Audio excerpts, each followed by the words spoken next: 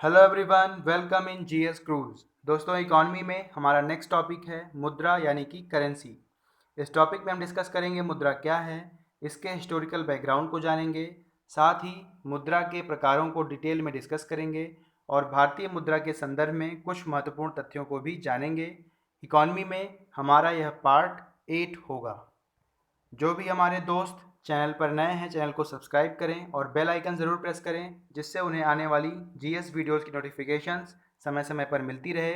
तो चलिए वीडियो को स्टार्ट करते हैं। सबसे पहले हम जान लेते हैं मुद्रा कहते किसे हैं। दोस्तों, मुद्रा धन का वह रूप होता है जिससे हम दैनिक जीवन में क्रय विक्रय करते हैं, यानी कि किसी वस्तुओं के खरीद पर विक्रेता को हम धातु के सिक्के और कागज़ के नोट के रूप में जो धन देते हैं वही मुद्रा या करेंसी कहलाती है। यानी कि मुद्रा के अंतर्गत सिक्के और कागज़ के नोट दोनों शामिल होते हैं। दोस्तों, आमतौर पर किसी भी देश में प्रयोग की जाने वाली मुद्रा उस देश की सरकारी व्यवस्था के द्वारा बनाई जाती है। जैसे कि भारत में आरबीआई की देखरेख में रुपए और पैसे धातु के सिक्के और कागज़ की नोट के रूप में ढाले और छापे जाते हैं। क्लियर? आगे बढ़ते हैं, मुद्रा के हिस्टोरिकल बैकग्राउंड को समझ लेते हैं। दोस्तों, जब मुद्रा का प्रचलन नहीं था तब विनिमय प्रणाली प्रचलित थी। इसमें एक वस्तु के बदले दूसरे वस्तु को लिया और दिया जाता था। जैसा कि ग्रामीण क्षेत्रों में अभी भी देखा जा सकता है कि कोई व्यक्ति अपनी आवश्यकता की वस्तु को प्राप्त करने के लिए दुकानदार या व्यापारी के पास कुछ अनाज लेकर जाता है और उसे दे करके अपनी आवश्यकता की वस्तु को प्राप्त कर लेता है। इसी प्रकार से प्राचीन समय में विनिमय प्रणाली प्रचलित थी। कालांतर में वैदिक काल में गाय का प्रयोग ही मुद्रा के रूप में होने लगा था और बाद में निष्क यानी कि प्राचीन भारत एंशियंट हिस्ट्री में हमने पढ़ा है, निष्क गले का आभूषण कहलाता है। इसका प्रयोग भी मुद्रा के रूप में होने लगा था। इसके बाद धातु मुद्रा का प्रचलन होता है, जिसमें शीशे, तांबे, सोने आदि धातुओं के सिक्के प्रचलन में लाए गए। इन सभी सिक्कों को पंचमार्क और आहत सिक्के भी कहते हैं। क्यों कहते हैं? क्योंकि सिक्के पर कुछ आकृतियां आघात करके, चोट पहुंचा करके अंकित की जाती थी, जिस कारण से इन्हें आहत सिक्के कहा जाता है। दोस्तों, एक पॉइंट है, सर्वप्रथम सिक्कों पर लेख लिखने का कार्य किन शासकों के द्वारा किया गया? दोस्तों, शासक सिक्कों पर अपने शासन से संबंधित कुछ बातों को उल्लिखित कराते थे, यहाँ पर अंकित कराते थे। तो यह कार्य सबसे पहले शुरू किया गया इंडो ग्रीक शासकों के द्वारा, हिंद यूनानी शासकों के द्वारा। बढ़ते हैं अगले पॉइंट की ओर। दोस्तों, सोने के सिक्के के संबंध में कुछ पॉइंट्स हैं, 3 पॉइंट्स हैं। इन्हें हम समझ लेते हैं, काफ़ी कंफ्यूजिंग है, यहाँ से क्वेश्चंस काफ़ी बनते हैं। सबसे पहले सोने के सिक्के किन्होंने जारी किए? तो हिंद यूनानी शासकों के द्वारा सबसे पहले सोने के सिक्के जारी किए गए। और लेकिन इनके द्वारा जो जारी किए गए सोने के सिक्के थे वह शुद्ध नहीं थे। इसलिए अगला प्रश्न बनता है कि सबसे शुद्ध सोने के सिक्के किन शासकों ने जारी किए? तो कुषाण शासकों के द्वारा सबसे शुद्ध सोने के सिक्के जारी किए गए। इसके बाद अगला प्रश्न बनता है कि सबसे अधिक सोने के सिक्के किनके द्वारा जारी किए गए? तो गुप्त शासकों के द्वारा सबसे अधिक सोने के सिक्के जारी किए गए। इन तीनों पॉइंट्स को आप अच्छे से समझेंगे और अच्छे से याद भी कर लेंगे। इसके बाद धातु मुद्रा के प्रचलन के बाद कालांतर में पत्र मुद्रा का प्रचलन भी प्रारंभ हो जाता है। दोस्तों, भारत में पेपर करेंसी एक्ट 1861 के द्वारा सरकार को ब्रिटिश भारत में विशाल क्षेत्र में नोट जारी करने का एकाधिकार दे दिया जाता है। दोस्तों, यहाँ पर विशाल क्षेत्र शब्द का प्रयोग है, संपूर्ण भारत नहीं, क्योंकि स्वतंत्रता से पूर्व कई छोटी बड़ी रियासतें थीं और ये रियासत, इनमें से कुछ रियासतें अपनी मुद्रा का स्वयं प्रचलन किया करती थीं, जैसे कि हैदराबाद रियासत। इस कारण से यहाँ पर विशाल क्षेत्र प्रयोग किया गया है, संपूर्ण भारत नहीं। पत्र मुद्रा के बाद शाख मुद्रा और डिजिटल मुद्रा का प्रयोग वर्तमान में होने लगा है। शाख मुद्रा के अंतर्गत चेक, ड्राफ्ट और विनिमय पत्र आते हैं और डिजिटल मुद्रा के अंतर्गत बिटकॉइन, साइनो कॉइन, मोनेरा, यह सभी डिजिटल मुद्रा हैं। दोस्तों, डिजिटल मुद्रा पर हमने करंट इश्यूज़ में एक वीडियो बनाया है, ट्विटर हैक अकाउंट इशू। इस वीडियो के लिंक डिस्क्रिप्शन में डाल दिया जाएगा। इसमें हमने डिजिटल मुद्रा को काफ़ी डिटेल में डिस्कस किया है, वहाँ से आप इसे ज़रूर देख लीजिएगा। अब हम बढ़ते हैं मुद्रा के कार्यों की ओर। दोस्तों, हमने देखा विनिमय का माध्यम मुद्रा होती है, क्रय विक्रय हम करते हैं इसके द्वारा। मूल्य का संचय भी हम मुद्रा के द्वारा करते हैं और किसी वस्तु के मूल्य का मापन भी हम मुद्रा के द्वारा करते हैं और यह क्रेडिट का आधार, साख का आधार भी होती है। आगे बढ़ते हैं दोस्तों, अब हम मुद्रा के प्रकारों को डिस्कस कर लेते हैं। सबसे पहले हम देखते हैं हार्ड मनी और सॉफ्ट मनी को। दोस्तों, ये दोनों पैरेलल कॉन्सेप्ट हैं। हार्ड मनी वह मनी होती है जिसकी मांग अधिक होती है लेकिन पूर्ति कम। जैसे कि भारत में डॉलर की मांग तो अधिक है लेकिन इसकी पूर्ति बहुत ही कम है, जिस कारण से इसे बहुत ही हार्डली प्राप्त किया जाता है। इस कारण इसे हम हार्ड मनी कहेंगे। डॉलर भारत के संदर्भ में एक हार्ड मनी है। ऐसे ही सॉफ्ट मनी को हम समझते हैं मांग जिसकी कम हो लेकिन पूर्ति अधिक हो। भारत में अगर हम नेपाल के सिक्कों की या उसके नोट की मांग करते हैं, मुद्रा की मांग करते हैं, तो उसकी जो पूर्ति है वो काफ़ी अधिक मात्रा में हो सकती है।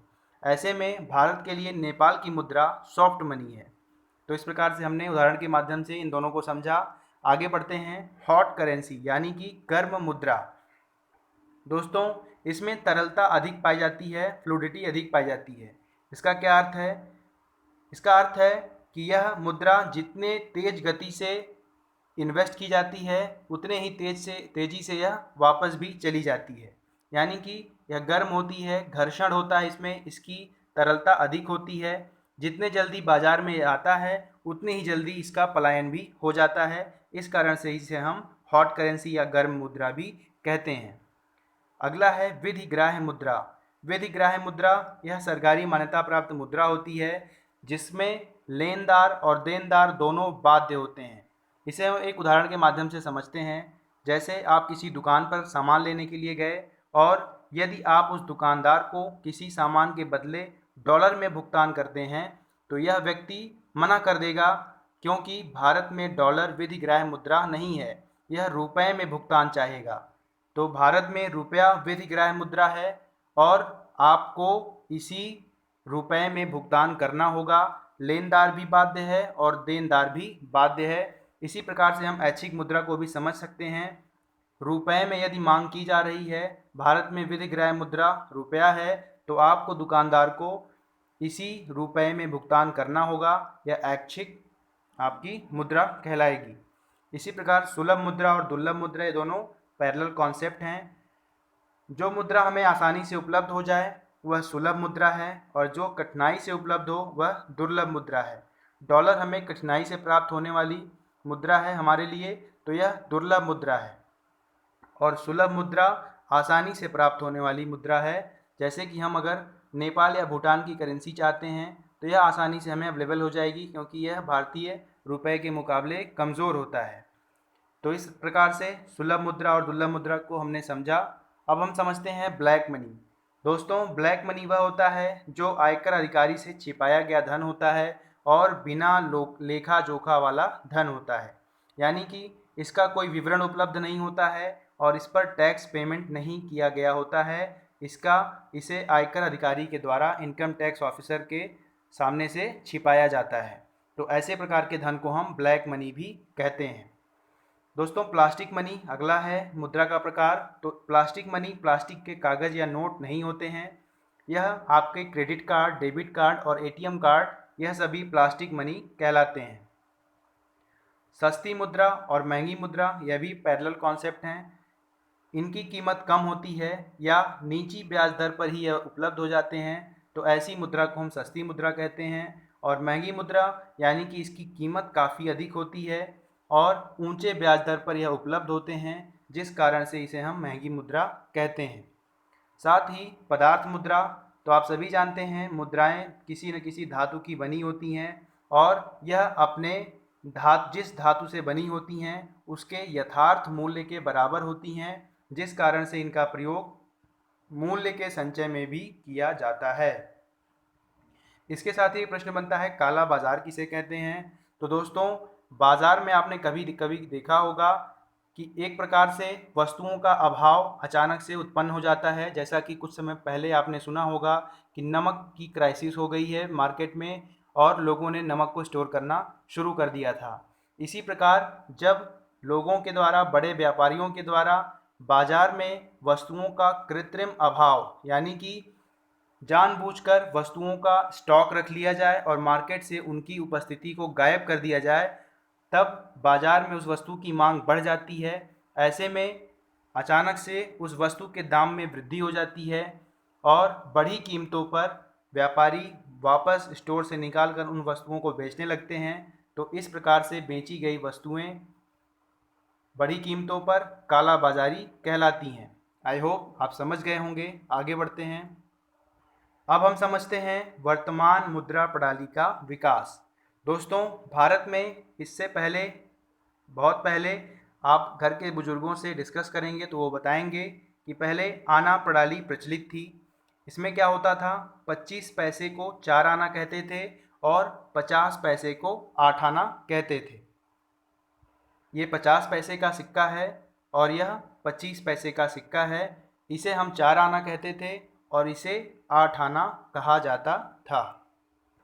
और 1 रुपये को 16 आने कहा जाता था। तो इस प्रकार से आना प्रणाली प्रचलित थी, लेकिन बाद में दाशमिक प्रणाली प्रचलित हो जाती है 1957 से। 1957 से दाशमिक प्रणाली प्रचलित हो जाती है भारत में और 100 पैसे को 1 रुपये के बराबर मान लिया जाता है। और इस प्रकार से 1957 से लेकर 1664 तक यह चीज़ें चलती हैं। दोस्तों, 1957 में इसके बाद नया पैसा शब्द जोड़ दिया गया था और 1964 तक यह स्थिति बनी हुई थी। लेकिन 1964 के बाद इस पैसे के आगे से नया शब्द हटा दिया गया और सिर्फ पैसा ही प्रचलित रह गया हमारे देश में। तो 1964 में नया शब्द हटा दिया गया और पैसा प्रचलित रह गया। आगे बढ़ते हैं। दोस्तों, वर्तमान में भारत में प्रचलित सबसे छोटी विधिग्राह्य मुद्रा कौन सी है, तो 50 पैसे हैं। बाजार से भले ही यह खत्म हो गया हो, लेकिन वर्तमान में भी यह प्रचलित है। सरकार के द्वारा विधिग्राह्य मुद्रा यह घोषित है और भारत में सबसे छोटी विधिग्राह्य मुद्रा 50 पैसे हैं। इसके साथ ही डिमोनेटाइजेशन के बाद, विमुद्रीकरण के बाद भारत में प्रचलित सबसे बड़ी विधिग्राह्य मुद्रा 2000 रुपये है। याद रखेंगे। दोस्तों, 50 पैसे से कम मूल्य के यानी कि 25 पैसे या इससे कम मूल्य के जितने भी सिक्के थे, जिनकी तस्वीर अभी हमने देखी, 1 जुलाई 2011 से इन सभी को प्रचलन से बाहर कर दिया गया। इस तरह के जो सिक्के थे उन्हें 1 जुलाई 2011 से प्रचलन से बाहर कर दिया गया। अब हम बात करते हैं भारतीय रुपये का जो प्रतीक चिन्ह है इस प्रकार से होता है, इसके विषय में। तो दोस्तों, 2010 में आप सभी जानते हैं प्रत्येक देश का मुद्रा का अपना एक साइन होता है, सिंबल होता है, डॉलर या इस तरीके से। तो बिटकॉइन का इस तरीके से होता है। ऐसे में भारत ने भी सोचा कि हमारे भी रुपए का एक प्रतीक चिन्ह होना चाहिए। इसके लिए 2010 में उषा थोराट की अध्यक्षता में एक कमेटी गठित की गई। इन्होंने एक प्रतियोगिता का आयोजन कराया और 2010 में ही मुंबई आईआईटी के तत्कालीन छात्र थे डी उदय कुमार, इनके द्वारा इस प्रतीक चिन्ह का निर्माण किया गया। इस प्रकार से इन्होंने इसमें लैटिन भाषा के शब्द आर, कैपिटल आर और देवनागरी के र शब्द का अक्षर का प्रयोग किया और रुपए का प्रतीक चिन्ह निर्मित किया। तो इसे याद रखेंगे, रुपए का प्रतीक चिन्ह डी उदय कुमार के द्वारा, जो कि उस समय मुंबई आईआईटी के छात्र थे, उनके द्वारा 2010 में निर्मित किया गया। कमेटी की अध्यक्ष थी उषा थोराट। याद रखेंगे। इस प्रकार से हमने इकॉनमी में पार्ट 8 में मुद्रा को डिस्कस किया। आई होप आपको वीडियो पसंद आई होगी। वीडियो पसंद आए तो वीडियो को लाइक करें और हमारे साथ चैनल से जुड़े रहें। Thanks for watching.